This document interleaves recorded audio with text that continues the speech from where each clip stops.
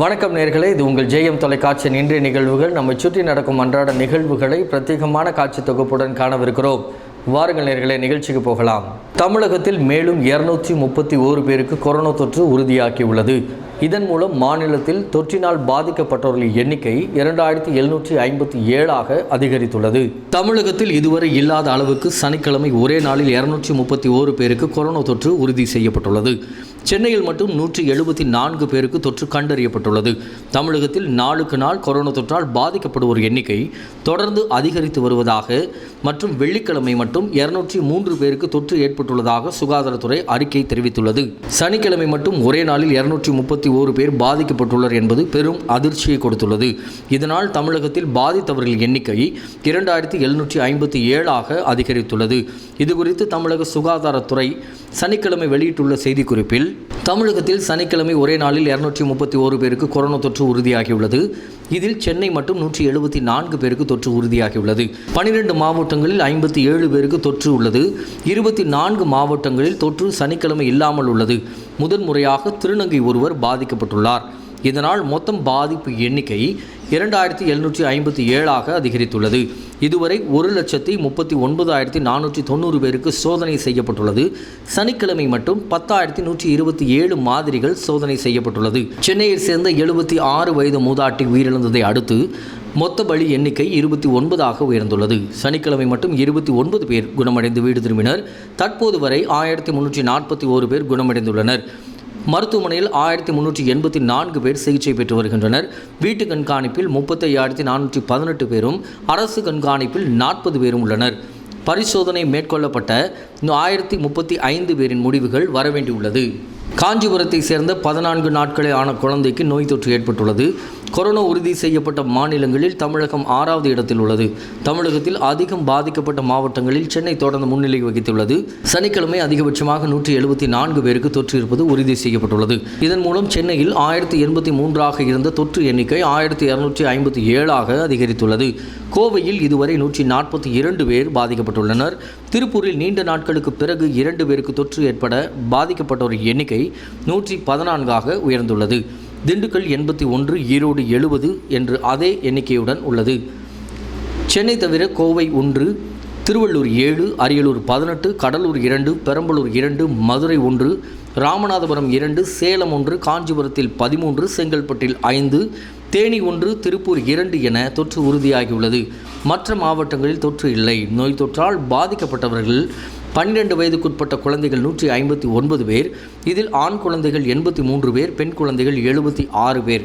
13 வயது முதல் 60 வயது உள்ளவர்கள் 2318 பேர் பாதிக்கப்பட்டுள்ளனர். இதில் ஆண்கள் 1554 பேர், பெண்கள் 763 பேர். 60 வயதுக்கு மேற்பட்டோர் 280 பேர் பாதிக்கப்பட்டுள்ளனர். இதில் ஆண்கள் 191 பேரும், பெண்கள் 89 பேரும் ஆவர் என்பதை சுகாதாரத்துறை தெரிவித்துள்ள அறிக்கையில் வெளியிட்டுள்ளது. மத்திய மண்டலத்துக்கு உட்பட்ட திருச்சி உட்பட 8 மாவட்டங்களில் ஊரடங்கு உத்தரவை மீறியதாக 73,000 பேருக்கும் மேற்பட்டோர் கைதாகியுள்ளனர். கொரோனா வைரஸ் நோய் பரவலை தடுக்கும் வகையில் மே 17 ஊரடங்கு உத்தரவு அமல்படுத்தப்பட்டுள்ளது. இந்த நிலையில் மத்திய மண்டலத்துக்குட்பட்ட திருச்சி, புதுக்கோட்டை, கரூர், பெரம்பலூர், அரியலூர், தஞ்சாவூர், திருவாரூர், நாகப்பட்டினம் ஆகிய 8 மாவட்டங்களில் ஊரடங்கு விதிகளை மீறியதாக வெள்ளிக்கிழமை வரை 67,724 வழக்குகள் பதிவு செய்யப்பட்டு 73,086 பேர் கைது செய்யப்பட்டுள்ளனர். இவர்களிடமிருந்து 54,848 இருசக்கர வாகனங்கள், 1,205 4 சக்கர வாகனங்கள் பறிமுதல் செய்யப்பட்டுள்ளது. இதேபோல் ஊரடங்கு அமல்படுத்தப்பட்ட நாளிலிருந்து வெள்ளிக்கிழமை வரை திருச்சி மாவட்டத்தில் சட்டவிரோதமாக மது விற்பனையில் ஈடுபட்டதாக 210 வழக்குகள் பதிவு செய்து 221 பேரை கைது செய்துள்ளனர். சாராயம், கள் விற்பனையில் ஈடுபட்டதாக 85 வழக்குகள் பதிவு செய்து 100 பேரை கைது செய்துள்ளனர்.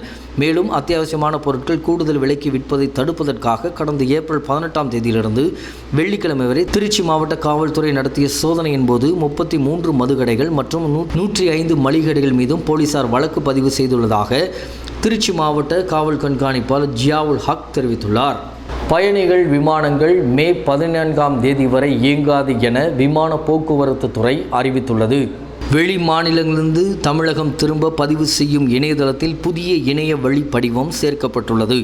இது தொடர்பாக தமிழக அரசு சனிக்கிழமை வெளியிட்டுள்ள செய்திக்குறிப்பில், கொரோனா நோய் தொற்று காரணமாக நாடு முழுவதும் ஊரடங்கு அமல்படுத்தப்பட்டுள்ளது. இதனைத் தொடர்ந்து விமானம், ரயில் உள்ளிட்ட போக்குவரத்து சேவைகளும் நிறுத்தி வைக்கப்பட்டுள்ளது. இதனால் தமிழ்நாட்டை சேர்ந்த பல மாணவர்கள், சுற்றுலா பயணிகள், யாத்ரீகள் உள்ளிட்ட பலர் பல்வேறு இடங்களில் சிக்கியுள்ளனர். இந்த நிலையில் இந்தியாவின் பிற மாநிலங்களில் சிக்கியுள்ள தமிழர்கள் தமிழ்நாட்டுக்கு திரும்ப non-residentialtamilnadu.org என்ற இணையதள முகப்பில் உள்ள ரிட்டர்ன் டு தமிழ்நாடு என்ற இணைய படிவத்தை பூர்த்தி செய்து பதிவு செய்து கொள்ளலாம். அதேபோல் தமிழகத்தின் பல்வேறு பகுதிகளில் இந்தியாவின் பிற மாநிலங்களைச் சேர்ந்தவர்கள் தங்கியுள்ளனர். அவர்களை குறித்த விவரங்களை non-residentialtamilnadu.org இணையதள முகப்பின் மூலம் பதிவு செய்து கொள்ள வழிவகை செய்யப்பட்டுள்ளதாக தமிழக அரசு அறிவித்துள்ளது.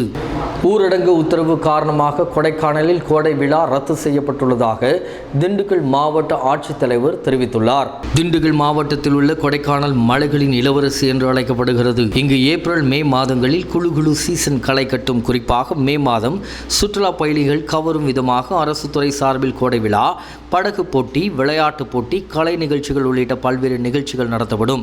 இதில் தோட்டக்கலைத்துறை சார்பில் நகரில் உள்ள பிரைனாட் பூங்கா பூத்து குலுங்கும் பல லட்சம் மலர்களால் மலர் கண்காட்சி நடத்தப்படும். ஊரடங்கு அமலில் உள்ள நிலையில் இம்மாதம் நடைபெற இருந்த கோடை விழா மற்றும் மலர் கண்காட்சி ரத்து செய்யப்பட்டுள்ளதாக மாவட்ட ஆட்சித்தலைவர் விஜயலட்சுமி தெரிவித்துள்ளார். மலர் கண்காட்சிக்காக பிரைனாட் பூங்காவில் வளர்க்கப்பட்டு வந்த ரோஜா, ஆர்கிட் ஃபால்சம், மேரிகோல்ட், கேலண்டுலா, அஸ்ட்ரம்ரியா உள்ளிட்ட பல வண்ண மலர்கள் பூத்து குலுங்குகின்றது. ஆனால் தடை உத்தரவு காரணமாக மலர்களை ரசிக்க சுற்றுலா பயணிகள் யாரும் வரவில்லை. இதனால் பூங்கா வெறிச்சோடி காணப்படுகிறது. தடை உத்தரவு முடிந்த பின் கொடைக்கானல் மலர் கண்காட்சி நடத்த வேண்டும் என சுற்றுலா பயணிகள், பொதுமக்கள் கோரிக்கையை விடுத்துள்ளனர். கொரோனா நோய் தொற்றுக்கு எதிராக மார்ச் 25 தேசிய ஊரடங்கு அமல்படுத்தப்பட்டுள்ளதால் அனைத்து பயணிகள் விமானங்களின் இயக்கமும் நிறுத்தி வைக்கப்பட்டுள்ளது. இந்த நிலையில் உள்நாட்டில் இயக்கப்படும் வெளிநாட்டு மற்றும் உள்நாட்டு விமான நிறுவனங்களின் வழக்கமான நடவடிக்கைகளை தொடங்குவது குறித்து பின்னர் தகுந்த முறையில் அறிவிப்பு வெளியிடப்படும்.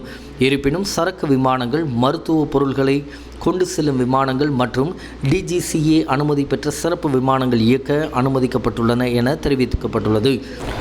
திருச்சி மாவட்டத்தில் அவசர தேவைக்காக வெளியூர் மற்றும் வெளி மாவட்டங்களுக்கு செல்ல இருக்கும் பொதுமக்கள் சேவை மையம் மூலமாக அனுமதி சீட்டு பெற வேண்டும் என திருச்சி மாவட்ட ஆட்சித்தலைவர் திரு சிவராசு தெரிவித்துள்ளார். திருச்சி மாவட்டத்தை சேர்ந்த பொதுமக்கள் திருமணம், இறப்பு, மருத்துவம் உள்ளிட்ட அத்தியாவசியமான தேவைகளுக்கு வெளியே செல்ல பாஸ் வழங்கப்படுகிறது. அரசு கேபிள் நிறுவனத்தின் கீழ் இயங்கும் சேவை மையங்களிலே விண்ணப்பிக்கலாம்.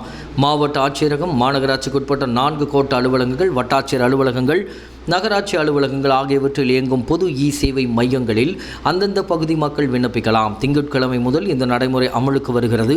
சேவை மையங்களில் விண்ணப்பிக்க கட்டணம் ஏதும் இல்லை. சமூக இடைவெளியை கடைபிடிக்க வேண்டும். முகக்கவசம் கட்டாயம் அணிந்திருக்க வேண்டும். தனிநபர்கள் தமிழக அரசின் பாஸ் இணையதளம் மூலமாகவும் விண்ணப்பிக்கலாம். திருமணத்திற்காக செல்லும் நபர்கள் திருமண அழைப்புதல், விண்ணப்பதாரரின் ஆதார் அட்டை இணைக்க வேண்டும். 144 தடை உத்தரவு அமலுக்கு முன் தேதி முடிவு செய்த நெருங்கிய உறவினர்கள் மட்டுமே அனுமதிக்கப்படுவார்கள். அவசர மருத்துவ சிகிச்சை தேவைப்படுவோர் தற்சமயம் மருத்துவரிடம் பெற்ற சான்று, ஆதார் அட்டை இணைக்க வேண்டும். சிகிச்சை பெறுபவர் மற்றும் உடன் ஒரு உதவியாளருக்கு மட்டுமே அனுமதி வழங்க வேண்டும். துக்க நிகழ்வுகளுக்கு செல்லும் நபர்கள் இறப்பு நிகழ்ந்தமைக்கான மருத்துவ சான்று, கிராம நிர்வாக அலுவலர் சான்று, ஆதார் அட்டை இணைக்க வேண்டும். நெருங்கிய உறவினர்களுக்கு மட்டுமே அனுமதி அளிக்கப்படும். அனுமதி சீட்டு ஆட்சியரகத்திலோ வேறு இடத்திலோ நேரடியாக வழங்கப்பட மாட்டாது. அனைத்து அனுமதி சீட்டுகளும் இணையதளம் மூலமாக சென்னையில் உள்ள கட்டுப்பாட்டு அறையில் இருந்தவாறு வழங்கப்பட்டு வருகிறது. வெளி மாநிலங்களில், வெளி மாவட்டங்களில், உள் மாவட்டங்களில் அனைத்துக்கும் சென்னையிலிருந்துதான் அனுமதி அளிக்கப்படும். சந்தேகம் இருப்பின் 180042513333 என்ற கட்டணமில்லா தொலைபேசி எண்ணை காலை 8 மணி முதல் இரவு 8 மணி வரை தொடர்பு கொண்டு தெரிந்து கொள்ளலாம் என திருச்சி மாவட்ட ஆட்சித்தலைவர் திரு சிவராசு தெரிவித்துள்ளார். திருச்சி மாவட்ட நீதிமன்றங்கள் தொடர்புடைய வழக்குகளை காணொலி காட்சி மூலம் விசாரிக்க ஏற்பாடு செய்யப்பட்டுள்ளது. நிகழாண்டில் நீதிமன்றங்களுக்கு மே மாதம் அறிவிக்கப்படும் கோடை விடுமுறையை ரத்து செய்ய உத்தரவிட்டது.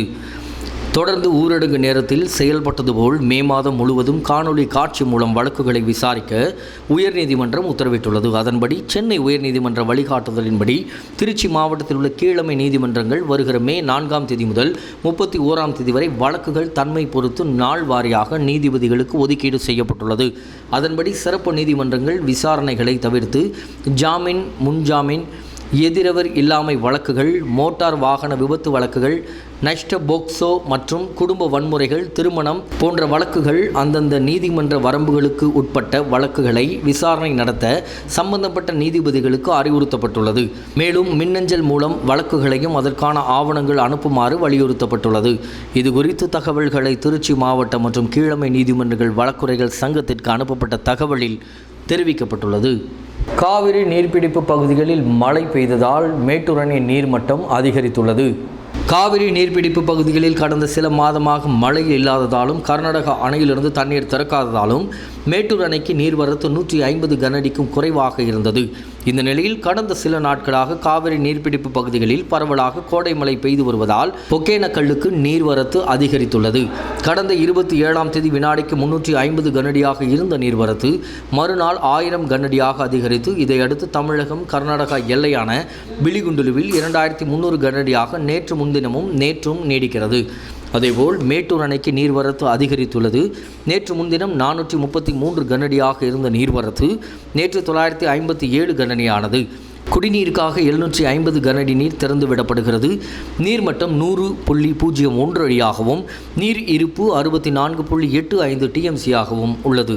மத்திய உள்துறை அமைச்சத்தின் அறிவுறுத்தலின்படி வெளி மாநிலத்தில் தங்கியுள்ள மாணவர்கள், சுற்றுலா பயணிகள், தொழிலாளர்களை அழைத்து வர சிறப்பு ரயில் இயக்கப்படும் என ரயில்வே நிர்வாகம் தெரிவித்துள்ளது. மீண்டும் மே 17ஆம் தேதி வரை ஊரடங்கு நீடிக்கப்பட்டுள்ளதால் அந்த தேதி வரை மீண்டும் ரயில் சேவை ரத்து செய்யப்பட்டுள்ளது.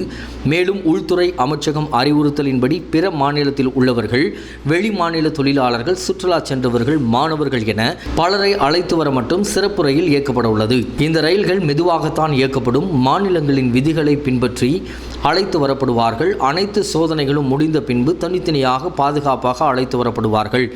யாரேனும் வரவேண்டி இருந்தால் சம்பந்தப்பட்ட அரசை தொடர்பு கொள்ள வேண்டும். மேலும் அத்தியாவசியமான சரக்கு ரயில் எப்போதும் போல் இயங்கும் என ரயில்வே நிர்வாகம் வெளியிட்டுள்ள செய்திக்குறிப்பில் தெரிவிக்கப்பட்டுள்ளது. தமிழகத்தில் சனிக்கிழமை 9 இடங்களில் 100 டிகிரி ஃபாரன்ஹீட்டை தாண்டி வெப்பநிலை பதிவானது. தமிழகத்தில் சனிக்கிழமை 9 இடங்களில் வெப்பநிலை 100 டிகிரி ஃபாரன்ஹீட்டை தாண்டி பதிவானது. அதிகபட்சமாக கரூர், பரமத்தி மற்றும் திருச்சியில் தலா 104 டிகிரி ஃபாரன்ஹீட் வெப்பநிலை பதிவானது.